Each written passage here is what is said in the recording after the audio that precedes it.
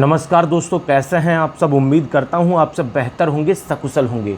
दोस्तों, आज जो मैं आपको सुनाने वाला हूं वो कोई कहानी नहीं है, बल्कि एक ब्लैकमेलिंग से पीड़ित परिवार की एक वास्तविक दास्तान है कि किस तरह से अचानक से उनकी ज़िंदगी में एक दिन ऐसा ही ब्लैकमेलिंग का किस्सा आता है जैसा आपके साथ आया था, और वो उस ब्लैकमेलिंग की वजह से कैसी कैसी परिस्थितियों से वो परिवार जूझता है, कैसे कैसे हालात वो देखता है। ये कहानी आप पूरी सुनेंगे तो आपकी आंखों में आंसू आ जाएंगे। दोस्तों, कहानी नहीं है, ये वास्तविकता है पश्चिमी बंगाल के जाहिद आलम भाई की, जिसके परिवार ने इस ब्लैकमेलिंग की वजह से इतना कुछ देखा, इतना कुछ सहा, अंत में उनके परिवार का एक सदस्य उनको छोड़कर चला गया। प्लीज़ अनुरोध है, वीडियो को पूरा ज़रूर देखिएगा प्लीज़। दोस्तों, आज ऑनलाइन ब्लैकमेलिंग से पीड़ित एक शख्स की कहानी आपको सुनाते हैं। बस एक अनुरोध है कि कहानी पूरी ज़रूर सुनिएगा, क्योंकि ऑनलाइन फ्रॉड में फंसने के बाद आप भी कुछ इस तरह की परिस्थिति से गुजरे होंगे। कहानी कुछ यूँ है कि वेस्ट बंगाल यानी कि पश्चिमी बंगाल के एक छोटे से गांव में रहने वाले जाहिद आलम अपने बच्चों के साथ मस्ती के लिए खेल रहे थे। तभी उनका छोटा बेटा दौड़ते हुए जाहिद आलम के पास आकर कहता है कि अम्मी भैंसों को चारा डाल रही थी, तभी अचानक उनको पेट में दर्द हो गया और अम्मी वहीं पर गिर गई, जल्दी चलो पापा। तभी जाहिद आलम दौड़ता हुआ अपनी पत्नी की तरफ भागता है और दौड़ते दौड़ते अपने बड़े बेटे से कहता है कि बेटा, गांव में दौड़कर देख के आओ कि कोई टेम्पू या कोई वैन मिल जाए, क्योंकि जाहिद आलम जानता था उसकी पत्नी को एक स्टोन यानी कि पेट में पथरी थी, और उसका दर्द जब भी उठता था वो इतना ही भयंकर उठता था। जाहिद आलम जल्द ही अपनी पत्नी के पास पहुंच जाता है और उसको जाकर संभालता है, उठाकर उसे अपने चौक में डली हुई खाट पर लिटाता है और उसे पानी पिलाता है। तब तक जाहिद आलम का बड़ा बेटा दौड़ता दौड़ता घर पर आता है और अपने अब्बू से कहता है कि अब्बू, गांव में ना ही कोई इस समय टेम्पो मिला और ना ही कोई गाड़ी मिली। अब जाहिद आलम और ज़्यादा परेशान हो जाता है। वो अपने बड़े बेटे से कहता है कि अपने चाचू की बाइक लेके आज जल्दी। बड़ा बेटा दौड़कर जाता है और अपने चाचा की मोटरसाइकिल लेकर आता है। उधर जाहिद आलम की पत्नी का दर्द से बुरा हाल था, वो कराह रही थी।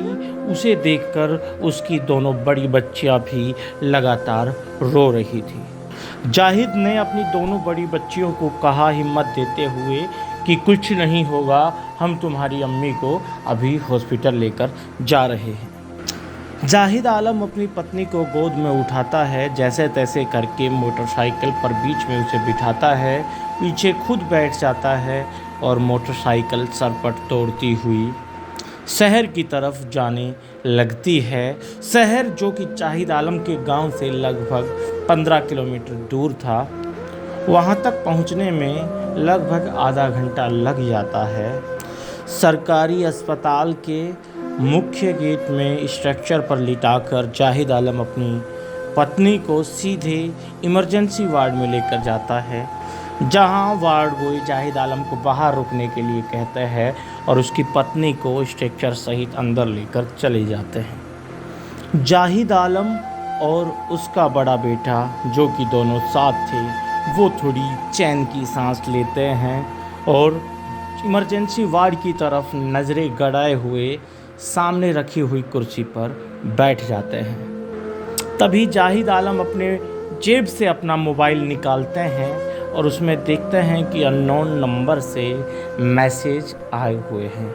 मैसेज में सामने वाली कोई लड़की लग रही थी और वो जाहिद आलम से कह रही थी कि आप कैसे हो, वीडियो कॉल उठाओ, फ़ोन उठाओ। पर जाहिद आलम ने इस सब पर ध्यान नहीं दिया, क्योंकि उसकी नज़र तो इमरजेंसी वार्ड पर टिकी हुई थी। जाहिद ने उस मैसेज को इग्नोर करते हुए वापस से मोबाइल अपनी जेब में रख लिया। जेब में मोबाइल रखा ही था, उसके तुरंत बाद जाहिद के मोबाइल पर वीडियो कॉल आ जाता है। जाहिद मोबाइल वापस से निकालता है और उस वीडियो कॉल को काट देता है, मोबाइल फिर से जेब में रख लेता है। फिर से फ़ोन आता है। इस बार जाहिद अपना नंबर एरोप्लेन मोड पर डाल लेता है। जैसा कि उसकी पत्नी इमरजेंसी वार्ड में थी, यही सोचते हुए जाहिद कुछ देर बाद अपने फ़ोन को दोबारा से चालू कर लेता है। तभी इमरजेंसी वार्ड से खबर आती है कि हमने तुम्हारी पत्नी को पेन किलर इंजेक्शन लगा दिए हैं, उसे अभी दर्द से आराम है, पर इसका अभी अल्ट्रासाउंड करना होगा। जाहिद फिर से भाग दौड़ में लग जाता है, क्योंकि उसे अपनी पत्नी का अल्ट्रासाउंड करवाना था। और जिस हॉस्पिटल में जाहिद ने अपनी पत्नी को एडमिट करवाया था, वहाँ अल्ट्रासाउंड की मशीन भी नहीं थी, न ही एक्सरे मशीन थी। जाहिद अपनी जेब टटोलता है, देखता है कि उसके पास अल्ट्रासाउंड करवाने के पैसे है या नहीं। जाहिद की पर्चियों के बीच में से 500 के 3 नोट निकलते हैं और उसे थोड़ा सुकून मिलता है कि चलो अल्ट्रासाउंड तो हो ही जाएगा। 1200 रुपये की फ़ीस जमा करवा कर एक प्राइवेट लैब से जाहिद आलम अपनी पत्नी का अल्ट्रासाउंड करवा लेता है। और अल्ट्रासाउंड जब ले जाकर सरकारी हॉस्पिटल में डॉक्टर को दिखाता है, तो डॉक्टर जाहिद आलम को तेज़ तेज़ डांटने लगता है। डॉक्टर साहब जाहिद आलम से कहते हैं कि कैसे पति हो तुम, तुम्हें अपनी पत्नी की चिंता नहीं है। इसकी स्टोन, इसकी ये जो गांठ, जो पथरी है, वो इतनी बढ़ गई है कि अब ऑपरेशन से भी निकालना लगभग मुश्किल है। अगर जल्द ही इसका ऑपरेशन करके नहीं निकाली गई तो इसकी जान भी जा सकती है। और जाहिद आलम डॉक्टर से जब ये पूछता है कि क्या ये ऑपरेशन यहाँ पर हो जाएगा, तो सरकारी हॉस्पिटल के डॉक्टर सीधा जाहिद आलम से कहते हैं कि हमारे यहाँ इतने उपकरण नहीं हैं, मैं तुम्हें सलाह देता हूँ कि तुम इसका ऑपरेशन किसी प्राइवेट हॉस्पिटल में ही करवा लो। ये सुनकर जाहिद आलम थोड़ा चिंतित हो जाता है, क्योंकि जाहिद आलम की जो माली हालत होती है वो बहुत ही ज़्यादा कमज़ोर होती है।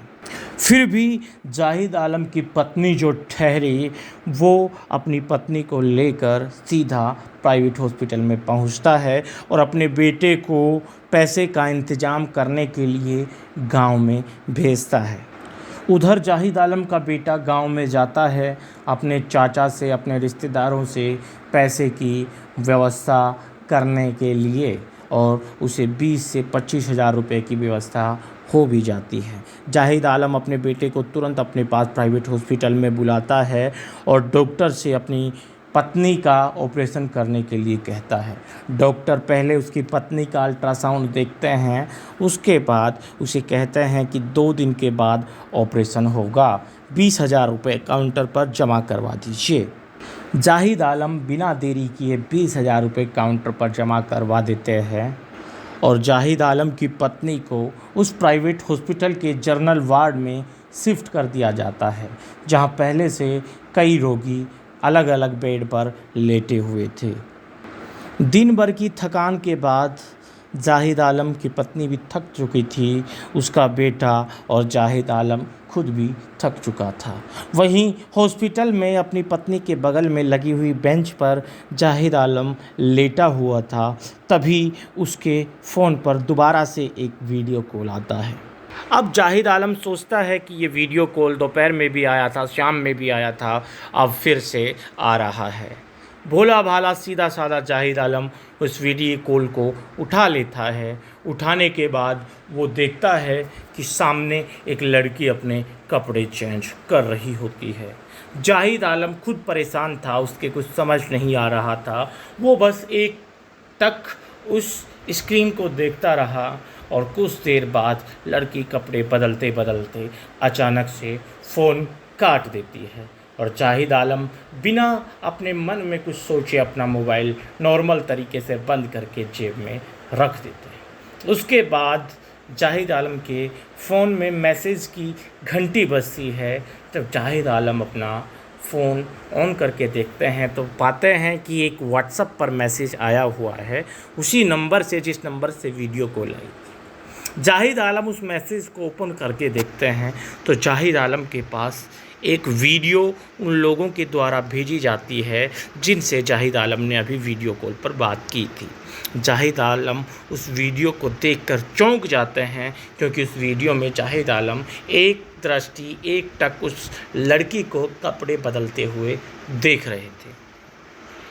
उसके बाद जाहिद आलम के पास उस लड़की के एक के बाद एक मैसेज आने शुरू हो जाते हैं जिसमें वो लड़की जाहिद से कहती है कि बताइए आपका ये वीडियो अपलोड करना है, वायरल करना है या डिलीट करना है, जल्दी बताइए, जल्दी बताइए।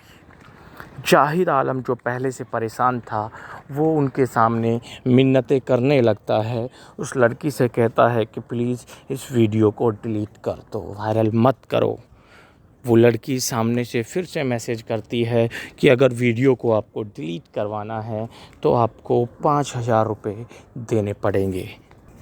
अब ये सुनकर जाहिद आलम घबरा जाता है और वो सोचता है कि यहाँ तो बीवी के पत्नी के ऑपरेशन के लिए भी पैसे नहीं थे, वो भी गांव से रिश्तेदारों से मांगकर मंगाए थे। पर जाहिद आलम डरा हुआ था, उसे डर था कहीं उसकी फ़िल्म वो वीडियो वायरल ना हो जाए क्योंकि उसकी ज़िंदगी में ये पहली बार हुआ था।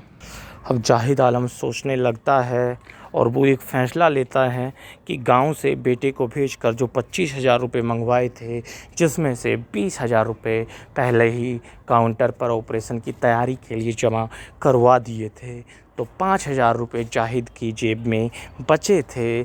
जाहिद दौड़कर सीधा कंप्यूटर वाले के पास जाता है और वहाँ से 5,000 रुपये उस लड़की के द्वारा बताए गए खाते में डलवा देता है।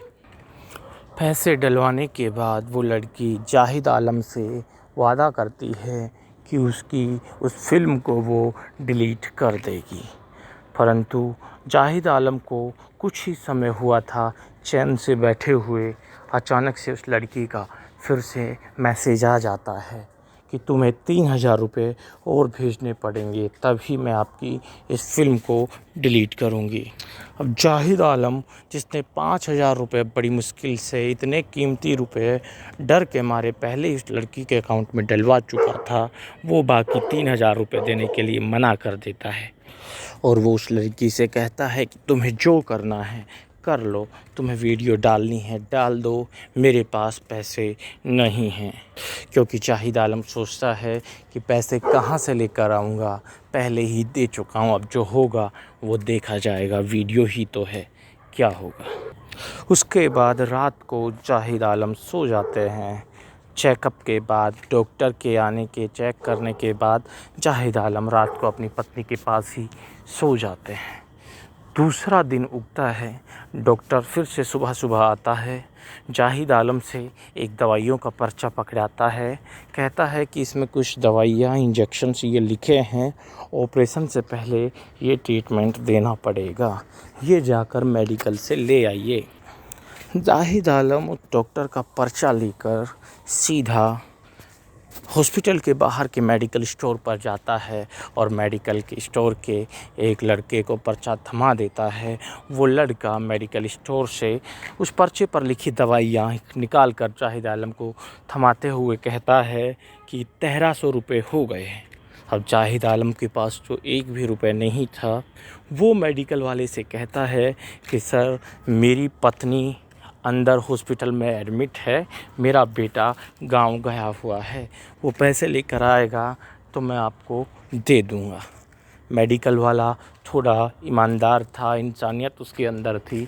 वो जाहिद से कहता है कि कोई बात नहीं, तुम दवाइयाँ ले जाओ, तुम्हारा बेटा आए तब पैसे पहुंचा देना। अब जाहिद आलम फिर से पैसे की व्यवस्था करने में जुट जाता है और अपने ससुराल साले के पास फ़ोन करता है। उधर से उसका साला कुछ पैसे लेकर अस्पताल में सीधा पहुंचता है और जाहिद आलम सबसे पहले साले से पैसे लेकर मेडिकल पर उस मेडिकल वाले के बकाया 1300 रुपये देने पहुंच जाता है। जैसे ही जाहिद आलम उस मेडिकल वाले को पैसे दे रहा होता है, जाहिद आलम का अचानक से फ़ोन बज उठता है। फ़ोन की घंटी सुनकर जाहिद मोबाइल निकाल कर जैसे ही फ़ोन रिसीव करता है तो सामने से आवाज़ आती है, हेलो, मैं साइबर क्राइम ब्रांच से राम पांडे बात कर रहा हूँ। आपका एक वीडियो बड़ी तेज़ी से वायरल हो रहा है। अगर आप उस वीडियो को डिलीट नहीं करवाते हैं तो आपके ख़िलाफ़ हमको कार्रवाई करनी पड़ेगी। जाहिद आलम उस तथाकथित साइबर क्राइम वाले से बार बार ये कहता है कि मेरी गलती नहीं है, मेरे पास तो फ़ोन आया था, मैंने सिर्फ उठाया, उसने मुझसे पैसे भी ले लिए। तो वो तथाकथित साइबर क्राइम वाला जाहिद आलम से कहता है कि आपका जो पैसा उस लड़की ने लिया है, हम आपको वो रिफ़ंड करवा देंगे।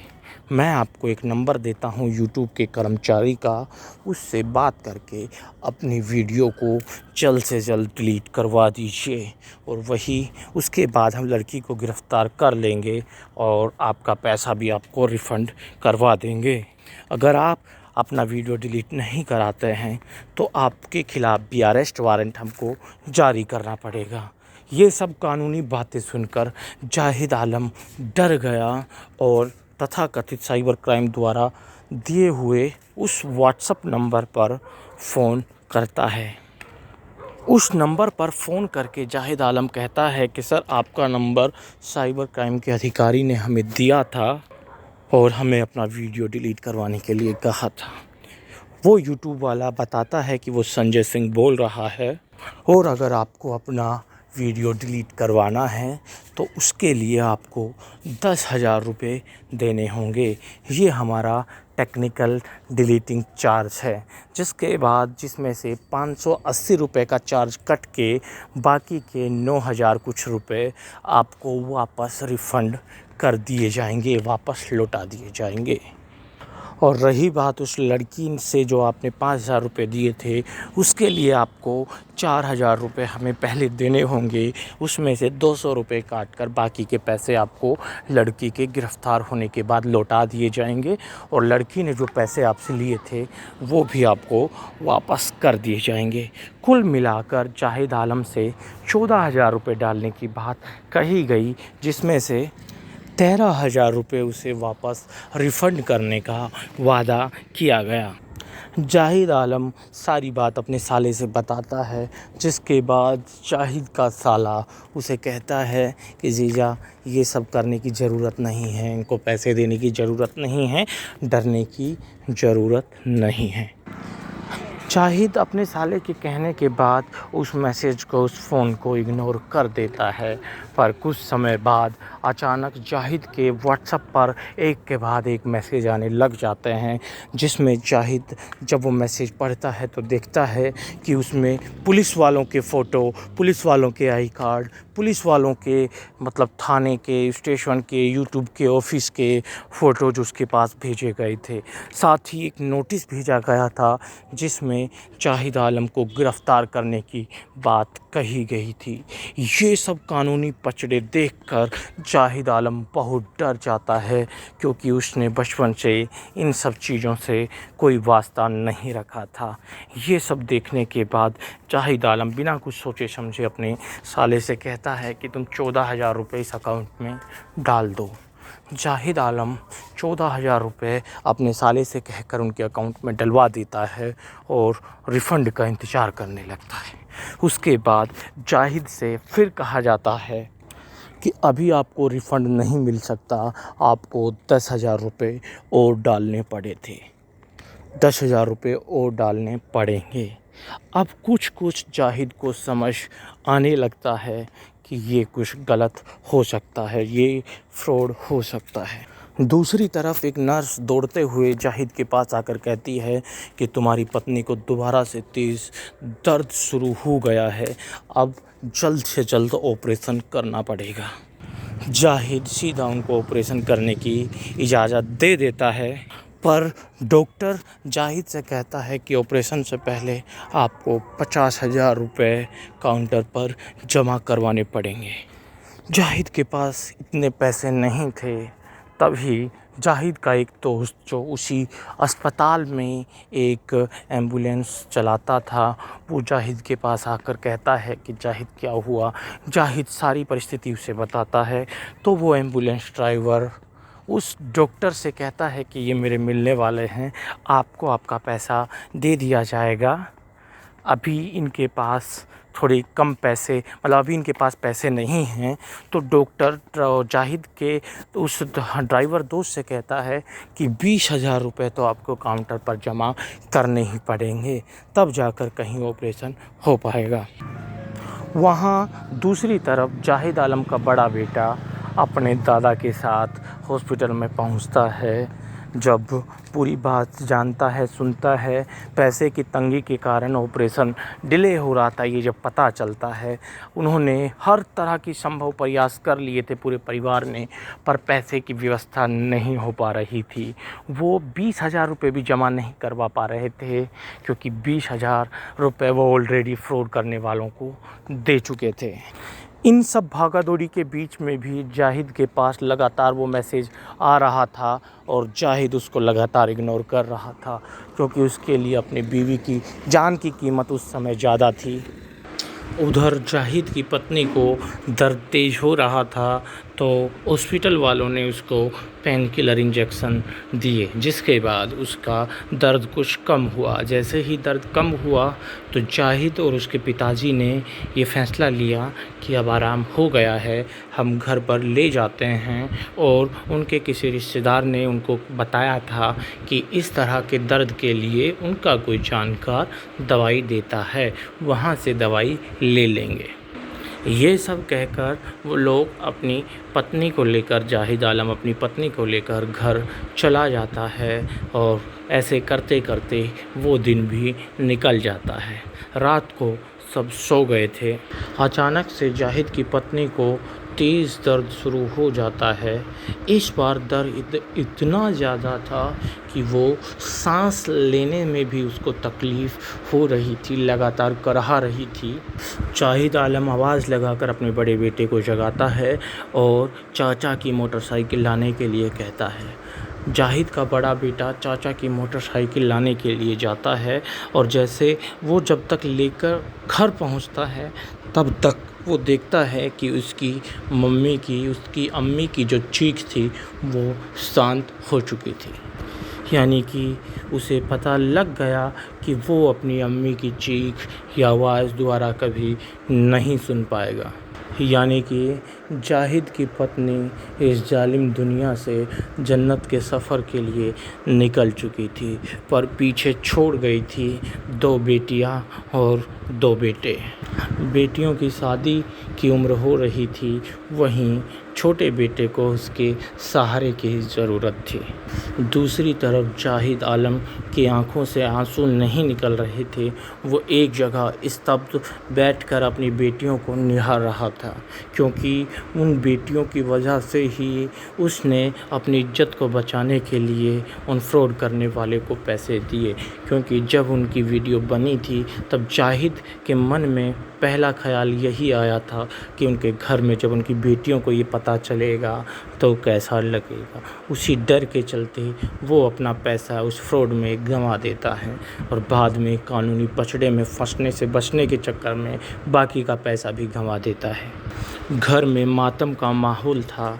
उस मातम के माहौल के बीच में भी लगातार जाहिद के पास वो फ्रॉड करने वालों के फ़ोन आ रहे थे, क्योंकि उन जालिमों को तो सिर्फ पैसों से मतलब था। उन्हें कहाँ पता कि उनकी वजह से एक घर में मातम छा गया। उनकी वजह से 4 मासूम बच्चों के सर से उनकी माँ का साया हमेशा हमेशा के लिए चला गया, हट गया। उनको तो बस हराम के पैसे से उम्मीद थी, उसी के चक्कर में जाहिद आलम के पास वो लगातार फ़ोन कर रहे थे।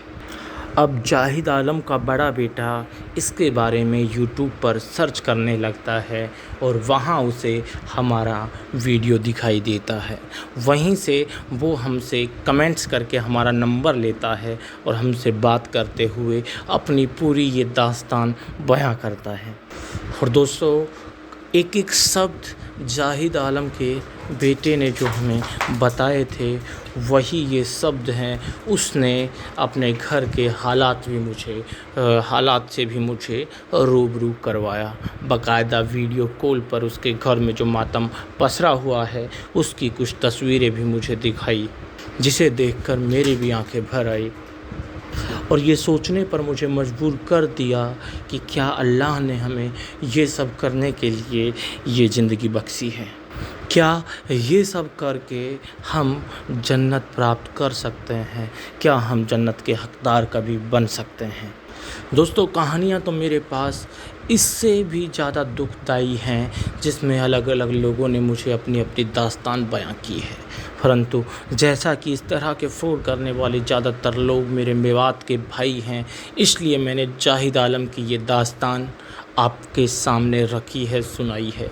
मैं उम्मीद करता हूँ कि उस परिवार की दास्तान उन ब्लैकमेलर्स तक ज़रूर पहुँचेगी और वो अपनी गिरेबान में झांक कर ये ज़रूर सोचेंगे कि क्या वो जो 5 टाइम की नमाज़ अदा कर रहे हैं, रोज़ा ईमानदारी से रख रहे हैं, क्या ऐसा करने के बाद वो जन्नत जा सकते हैं। तो मैं उन्हें बता देना चाहता हूँ कि 5 टाइम की नमाज, आपका ईमानदारी वाला प्रत्येक रोज़ा, सब उस समय बेकार हो जाते हैं जब आपकी वजह से एक मज़लूम परेशान होता है, आपकी वजह से एक मज़लूम के आँखों में पानी निकलता है, एक मज़लूम का दिल दुखता है, तब आपकी 5 टाइम की नमाज बिल्कुल ख़त्म हो जाती है।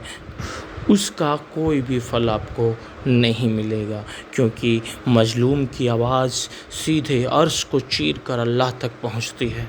और जब अल्लाह के सामने उस मज़लूम की चीख जाएगी और दूसरी तरफ तुम्हारी 5 वक्त की नमाज जाएगी, तो अल्लाह ताला तुम्हारी 5 वक्त की नमाज को ठोकर मारेगा और उस मज़लूम की चीख को सुनेगा।